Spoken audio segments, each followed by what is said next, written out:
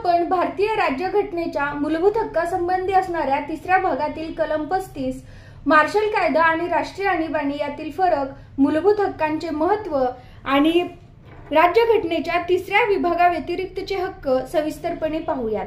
कलम 35 या भागाच्या तरतुदींची अंमलबजावणी करण्याकरता विधिविधान, कायदे निर्मितीचा अधिकार, विशिष्ट मूलभूत हक्कांची अंमलबजावणी करण्याचा अधिकार आणि राज्य विधिमंडळाला नसून केवळ संसदेला असेल असे कलम 35 मध्ये नमूद केलेले आहे।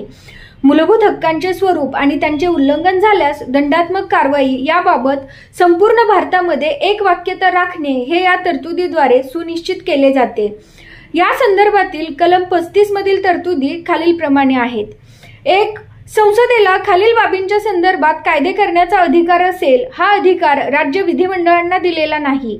पहिला अधिकार, राज्य किंवा केंद्रशासित प्रदेश किंवा स्थानिक प्राधिकरण किंवा इतर प्राधिकरणामध्ये नोकरी किंवा नियुक्ती, कलम 16। दुसरा अधिकार, सर्वोच्च न्यायालय आणि उच्च न्यायालयांव्यतिरिक्त इतर न्यायालयांना मूलभूत हक्कांच्या अंमलबजावणीसाठी निर्देश, आदेश आणि प्राधिलेख जारी करण्यासाठी अधिकार देणे, कलम 32। तिसरा अधिकार आहे सशस्त्र दल, पोलीस दल इत्यादींच्या समस्यांना मूलभूत हक्कांबाबत प्रतिबंध करणे, कलम 33।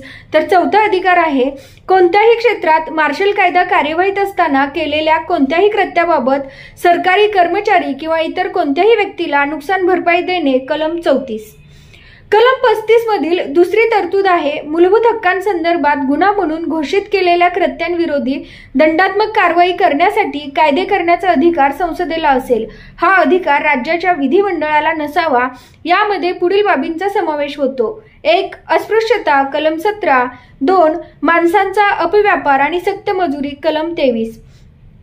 राज्यघटना प्रत्यक्ष व्यवहारात आल्यानंतर संसदेने वरील कृत्यांविरोधी शिक्षेची तरतूद करण्यासाठी कायदे करणे अपेक्षित होते। त्यामुळे असे कायदे करणे संसदेला बंधनकारक ठरते। तिसरी तरतूद आहे वर नमूद केलेल्या कोणत्याही बाबींच्या संदर्भात राज्यघटनेच्या प्रारंभाच्या वेळी अंमलात असलेला कोणताही कायदा संसदेद्वारे बदललेले किंवा रद्द किंवा दुरुस्त करेपर्यंत अंमलात राहणे आवश्यक आहे। कलम 35 नुसार वर नमूद केलेल्या बाबींसंदर्भात कायदे करण्याचा अधिकार संसदेला दिलेला असला तरी त्यातील काही बाबी म्हणजे राज्य सूचीतील विषय राज्य विधिमंडळाच्या अधिकार क्षेत्रामध्ये येतात। आता आपण मार्शल कायदा आणि राष्ट्रीय आणीबाणी यांच्यातील फरक जाणून घेऊयात।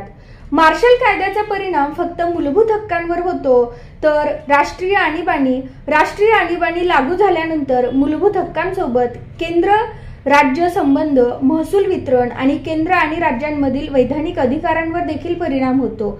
आणीबाणी लागू झाल्याने संसदेच्या कार्यकाळामध्ये वाढ होऊ शकते। मार्शल कायदा लागू झाल्यास शासन आणि सामान्य कायदा प्रस्थापित करणारी न्यायालये यांचे कामकाज स्थगित केले जाते, तर राष्ट्रीय आणीबाणीच्या काळात शासन आणि सामान्य कायदा प्रस्थापित करणारी न्यायालये यांचे कामकाज सुरू राहते। मार्शल कायदा कोणत्याही कारणाने ढासळलेली कायदा आणि सुव्यवस्था पूर्ववत करण्यासाठी हा कायदा लादला जातो। राष्ट्रीय आणीबाणी केवळ 3 कारणांच्या आधारे लादली जाऊ शकते। 1. युद्ध, दुसरे बाह्य आक्रमण किंवा तिसरे सशस्त्र बंड। मार्शल कायदा हा देशाच्या काही विशिष्ट भागामध्ये लादला जातो, तर राष्ट्रीय आणीबाणी संपूर्ण देशात किंवा देशाच्या कोणत्याही भागात लादली जाते। मार्शल कायदा राज्यघटनेत या कायद्याबाबत कोणतीही विशेष तरतूद दिलेली नाही, ते उपलक्षित आहे, तर राष्ट्रीय आणीबाणीबाबत राज्यघटनेत विशिष्ट आणि तपशीलवार तरतूद दिलेली आहे, ते असंदिग्ध आहे। आता आपण मूलभूत हक्कांचे महत्त्व जाणून घेऊयात। मूलभूत हक्क खालील बाबींमध्ये महत्त्वपूर्ण ठरतात। 1. ते देशातील लोकशाही शासन व्यवस्थेचा पाया आहेत। दुसरे, ते व्यक्तीच्या भौतिक आणि नैतिक संरक्षणासाठी आवश्यक परिस्थिती निर्माण करतात। 3. ते व्यक्ती स्वातंत्र्याचा मूलाधार आहेत।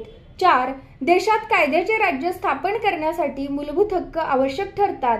5. ते अल्पसंख्याक आणि समाजातील दुर्बल घटकांच्या हिताचे रक्षण करतात। 6. ते भारताच्या धर्मनिरपेक्ष सूत्राला बळ देतात। 7. ते शासनाच्या प्राधिकाराच्या निरपेक्षतेवर अंकुश ठेवतात। 8. ते सामाजिक समता आणि सामाजिक न्यायाची पायाभरणी करतात। 9. ते व्यक्तीची प्रतिष्ठा आणि आदर सुनिश्चित करतात। आणि 10. ते राजकीय आणि प्रशासकीय प्रक्रियेत लोकांचा सहभाग सुलभ करतात। आता आपण राज्यघटनेच्या 3ऱ्या विभागाव्यतिरिक्तचे हक्क सविस्तरपणे पाहूयात। भाग 3 मध्ये समाविष्ट केलेल्या मूलभूत हक्कांव्यतिरिक्त राज्यघटनेच्या इतर भागांमध्ये काही इतर हक्कांचा समावेश आहे। हे हक्क संविधानिक हक्क किंवा कायदेशीर अधिकार किंवा गैर मूलभूत हक्क म्हणून ओळखले जातात।